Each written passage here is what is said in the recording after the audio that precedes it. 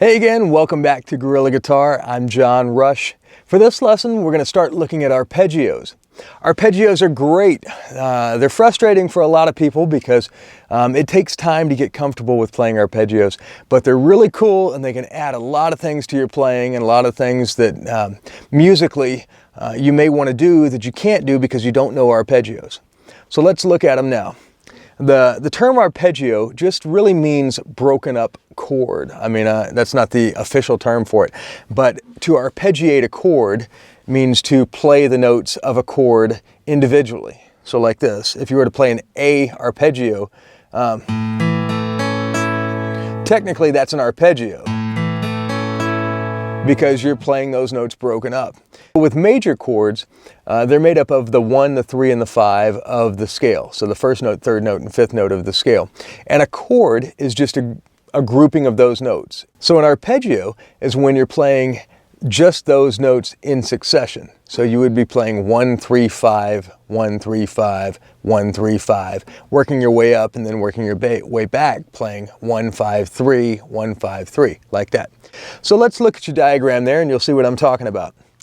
For this pattern, we're going to be looking at pattern 1 here, which is similar to our scale pattern 1 for the major scale.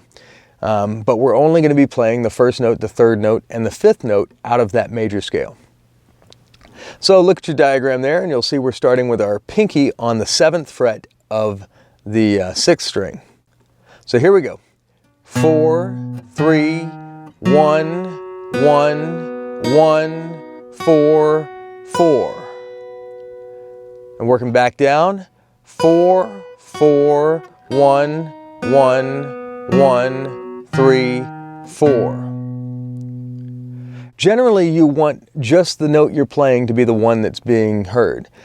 So when you're doing arpeggios where you have to have a bar across there, instead of just holding it down and playing like that, where you hear those other notes ringing, you want to kind of roll your finger a little bit. And this is a little tricky for a lot of people, where you play that first note, roll to the second note, and you gently lift off with the tip of your finger to play the middle part of your finger. And then you roll up to the other part of your finger, just under that little knuckle there, to play the next note. So each one sounds individual. So here it is like this. And I'm lifting off each one. But if I roll it like that, just like that. So that way when you play the whole thing, it doesn't get all muddy sounding. Work on that. You might also work on that with rolling your pinky. That right there, so you don't hear that ringing too.